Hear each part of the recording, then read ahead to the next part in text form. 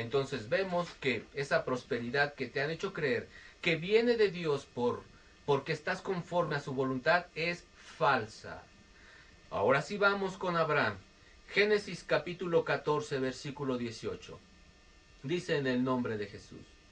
Entonces Melquisedec, rey de Salem y sacerdote del Dios Altísimo, sacó pan y vino y le bendijo, diciendo: Bendito sea Abraham del Dios Altísimo, creador de los cielos y de la tierra. Y bendito sea el Dios Altísimo que entregó a tus enemigos en tu mano y le dio a Abraham los diezmos de todo. Bien, aquí alguien va a decir, bueno, ¿y qué pasa con el diezmo antes de la ley? Aquí es un diezmo voluntario. Fue un diezmo voluntario. La pregunta es, ¿a quién se lo dio Abraham? Se lo dio a Melquisedec. En la actualidad no existe un ser humano que se compare con Melquisedec. Número uno. Número dos, jamás volvió a darle Abraham diezmo a Melquisedec. Fue una sola vez. ¿Qué quiere decir? Que si tú diezmas bajo la ley, estás bajo maldición. Pero si un día por alguna situación que Dios te prospere, te llegas a sentir agradecido con Dios y te encuentras a un siervo de Dios, pero un verdadero hombre de Dios, que camine rectamente delante de Dios, y tú le dices, ¿sabe qué? Me acaban de regalar 20,000 pesos. Yo quiero darle la 10ª parte. Y la pregunta es, ¿y por qué la 10ª parte? ¿Por qué no decirle, sabe qué? Me acaban de regalar 20,000 pesos, le regalo 10. Ah, no, la Biblia dice que la 10ª. Y la 10ª ya la das con cierto dolor. Ahora, ¿por qué darle la 10ª? ¿Por qué no darle la 15ª parte o la 20ª parte? No, la Biblia dice que la 10ª.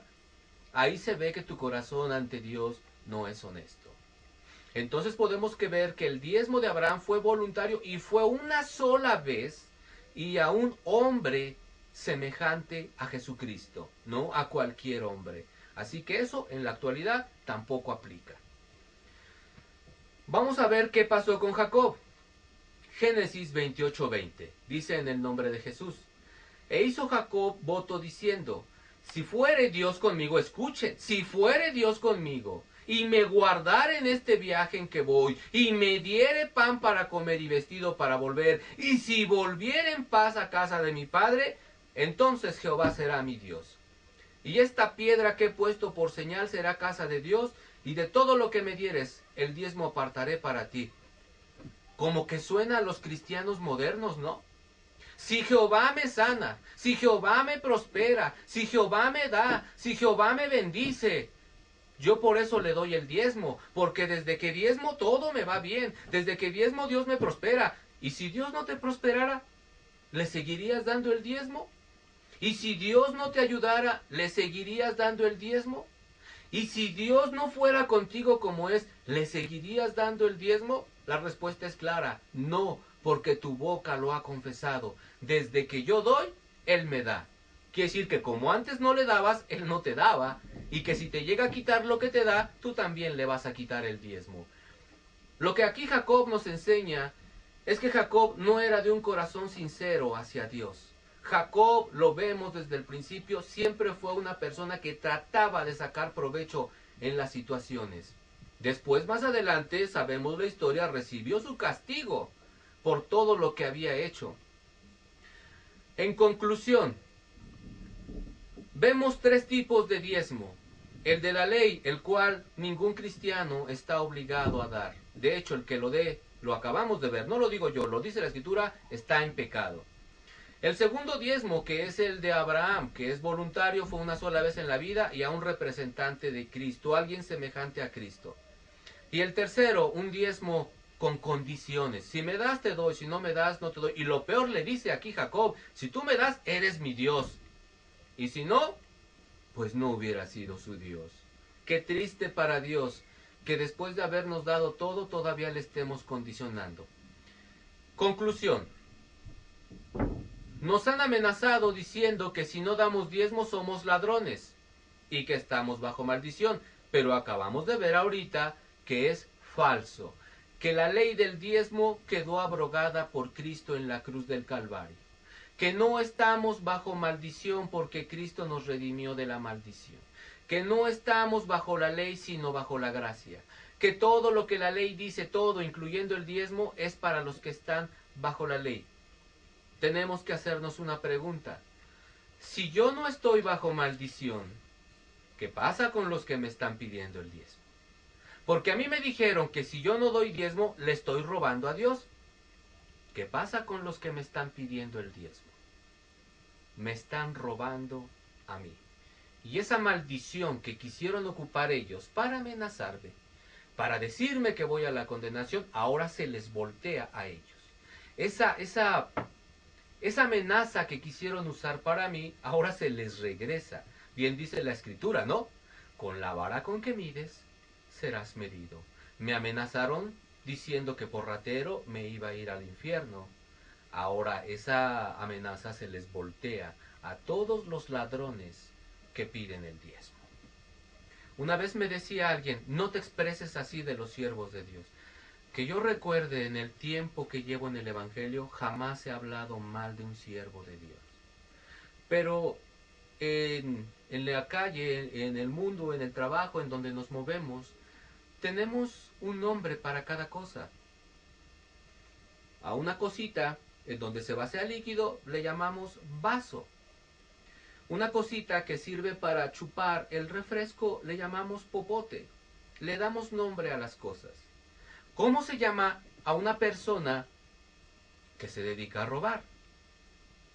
Ratero, ¿cierto? Entonces, cualquier pastor, evangelista, profeta, lo que quieran llamarle, que está pidiendo diezmo, me está robando. Entonces, ¿es un qué? Un ratero. Y por lo tanto no es siervo de Dios. Existen pastores que lo están haciendo por ignorancia, pero la Escritura dice que cuando el hombre cometiere un pecado por error, de todos modos le será contado por pecado. ¿Por qué no saben que lo que están haciendo está mal? Simple y sencillamente, dijo el Señor, están equivocados porque ignoran las Escrituras. Entonces, un pastor que está pidiendo diezmo sin darse cuenta, o porque su ministerio, el presbiterio, le pide que lo pida, de alguna manera está robando y llenándole los bolsillos a otros rateros. ¿En qué consiste entonces el Evangelio? El Evangelio consiste en esto.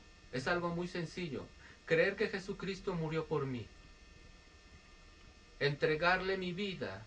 Arrepentirme, pedirle perdón, aceptarlo como mi Salvador, ser obediente a su palabra.